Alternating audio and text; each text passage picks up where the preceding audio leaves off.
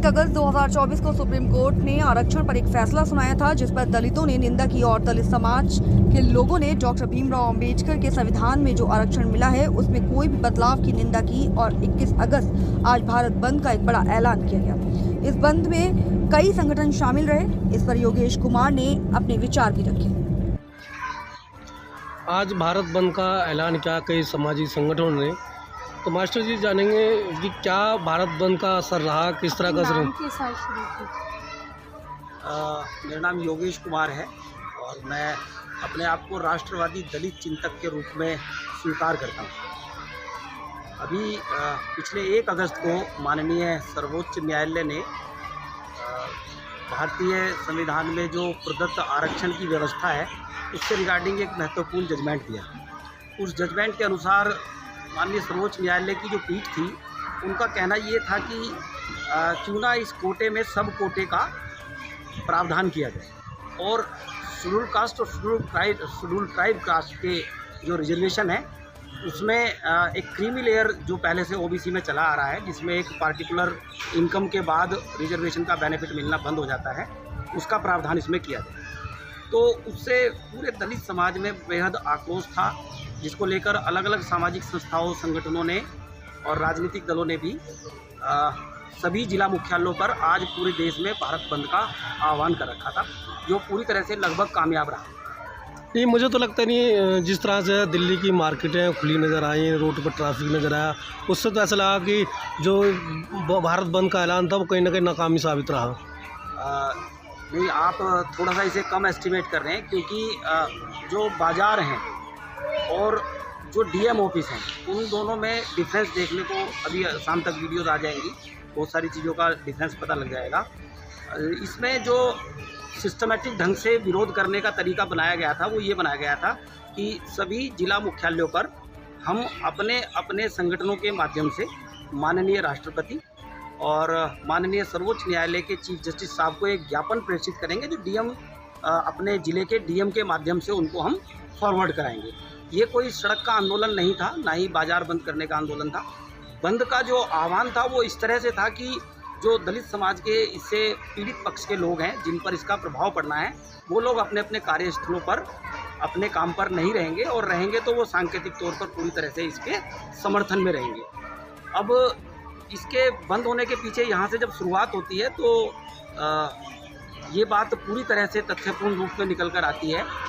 कि माननीय सर्वोच्च न्यायालय ने इस बात के लिए कह तो दिया कि भाई इसमें से कुछ कोटे में से अंदर का कोटा हमें वर्गीकृत करना है, लेकिन इसका पूरी तरह से समीक्षात्मक रूप में विश्लेषण नहीं किया। यदि मध्य प्रदेश में आज भी यदि घोड़ी पर बैठने के कारण किसी दलित की पिटाई होती हो, राजस्थान में यदि आज भी किसी दलित बच्चे को पीने के पानी के बर्तन पर हाथ लगाने से उसकी जान की हत्या कर दी जाती हो, या देश के अन्य राज्यों से जिस प्रकार की आप लोगों के जर्नलिस्ट के या समाचार साधनों के माध्यम से खबरें आती रहती हैं कि अलग अलग प्रकार से यदि कोई जिलाधिकारी भी बन गया है, वहाँ किसी सवर्ण जाति का व्यक्ति अगर चतुर्थ श्रेणी कर्मचारी है, वो अपने उस अधिकारी को अपने हाथ से पानी तक पिला के राजी नहीं है, तो ऐसी स्थिति में इन सब बातों का विश्लेषण किए बिना आरक्षण जैसे बड़े महत्वपूर्ण पहलू पर ऐसा निर्णय देना बेहद अफसोसजनक है। और मैं निवेदन करूँगा अपने समस्त कैबिनेट के जितने भी मंत्री मंडल के लोग हैं, वो माननीय प्रधानमंत्री जी, माननीय राष्ट्रपति जी और माननीय राष्ट्रपति महोदय के अलावा जो हमारे माननीय सर्वोच्च न्यायालय के मुख्य न्यायाधीश जी हैं, कि वो इसका पुनरावलोकन करें और इस बात को एक बार पुनः आत्मा के साथ सोचें कि जो रिजर्वेशन का प्रावधान डॉक्टर भीमराव अंबेडकर जी ने संविधान में किया था, वो किस आत्मा के साथ किया था। उसमें पैसे तो लोगों के पास पहले भी थे, ऐसा नहीं था कि लोगों के पास, दलित समाज के पास पैसे नहीं थे या दलित समाज के पास में बल नहीं था, लेकिन चूंकि सोच वाला मुद्दा था और लोगों को जागृत करके, लोगों को हर तरह से मजबूत करके एक मुख्य धारा में लाना था। आज भी अगर हम देखें तो मुख्य धारा में बहुत कम लोग आ पाए हैं और उन लोगों को भी आप बाहर कर देना चाहते हैं, तो निश्चित तौर पर कहीं ना कहीं दलित समाज का बहुत बड़ा नुकसान होने जा रहा है। और इस नुकसान से बचाने का सिर्फ एक ही मात्र हमारे पास उपाय है कि केंद्र सरकार अपने इस पक्ष को रखने के लिए तुरंत एक अध्यादेश पारित करे और माननीय सर्वोच्च न्यायालय के आदेश की एक पुनर्समीक्षा याचिका दाखिल हो केंद्र सरकार की तरफ से, और जिसमें केंद्र सरकार माननीय सर्वोच्च न्यायालय से निवेदन है कि वो आरक्षण जो कि संविधान की मूल आत्मा और मूल प्रस्तावना के साथ में जुड़ा हुआ है उसे यथावत जारी रखें। जिस तरह से 2-5 साल पहले आरक्षणों को लेकर दलित समाज सड़कों पर उतरा था और पूरा पूर्ण बंद का नज़र आया था, उसका असर भी हुआ था, और आरक्षणों को लेकर जो उस वक्त की केंद्र सरकार थी उसने बड़ा नोटिस किया था और उसको उस मामले को रद्द कर दिया था। तो क्या इस बार दलित समाज इतना इकट्ठा नहीं हो पाया कि जिस तरह से 5 साल पहले वो प्रदर्शन हो तो आज वो दिखाई नहीं दिया? नहीं, ऐसा नहीं है सर। बेसिकली बीच बीच में घटनाएं होती रहती हैं। कभी कभी SC/ST एट्रोसिटी एक्ट के अंदर जिस प्रकार के नए प्रोविज़न या अमेंडमेंट होते रहते हैं, उनको लेकर दलित समाज में जो विरोध पैदा होता है, दलित समाज में जो गुस्सा पैदा होता है, या फिर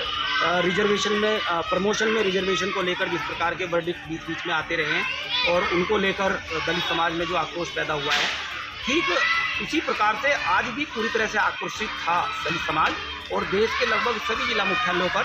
अलग अलग संगठनों ने अपना विरोध दर्ज कराया। और यहाँ से शुरुआत है, ये कोई अंत नहीं है, यहाँ से शुरुआत है। अभी शांतिपूर्ण तरीके से सभी लोगों ने अपनी बातें रखी हैं। जो विधि विशेषज्ञ हैं, जो कानून के जानकार हैं समाज के लोग, और जो कैबिनेट में लोग हिस्सेदारी में हैं, वो सब पूरी तरह से बड़ी संजीदगी के साथ में इस चीज़ का परीक्षण कर रहे हैं कि हमें किस प्रकार से इस बात को शांतिपूर्ण तरीके से, ना कि कहीं पर कोई हमें परेशानी या विपत्ति में पड़कर या किसी की विपत्ति को खड़ा करके काम नहीं करना है। बड़े सुलझे हुए तरीके से अपनी बात को रखना है, और आंकड़ों के साथ में हम इस बात को प्रस्तुत करेंगे कि किस तरह से निर्णय गलत है। अच्छा, एक बात और है, जिस तरह से आज के भारत बंद में जो है मायावती का चेहरा दिखाई दिया, चंद्रशेखर रावण का चेहरा दिखाई दिया, लेकिन जो और राजनीतिक दल है उनके तरफ से कोई खास बयान नहीं आया, जिसकी वजह से ये नहीं मानते कि केवल 2 ही चेहरे दलितों के जिनके नाम पे बयानबाजी आई है, जिन्होंने कहा कि हम इसको आंदोलन का समर्थन करते हैं, बाकी लीडरों का बयान नहीं आया। ऐसा नहीं है। और जिस प्रकार दलितों की जो नेता हैं बहन कुमारी मायावती जी या आदरणीय चंद्रशेखर आज़ाद जी, उन्होंने आज बिल्कुल मुखर होकर ये आवाज़ उठाई है। ठीक इसी प्रकार अगर मैं बात कहूँ आदरणीय चिराग पासवान जी की, तो चिराग पासवान जी की तरफ से भी आज पार्लियामेंट स्ट्रीट पर एक बहुत बड़ा धरना आयोजित किया गया था। उसके अलावा जितने भी हमारे थावरचंद गहलोत जी हैं, चाहे हमारे सत्यनारायण जटिया जी हैं, या और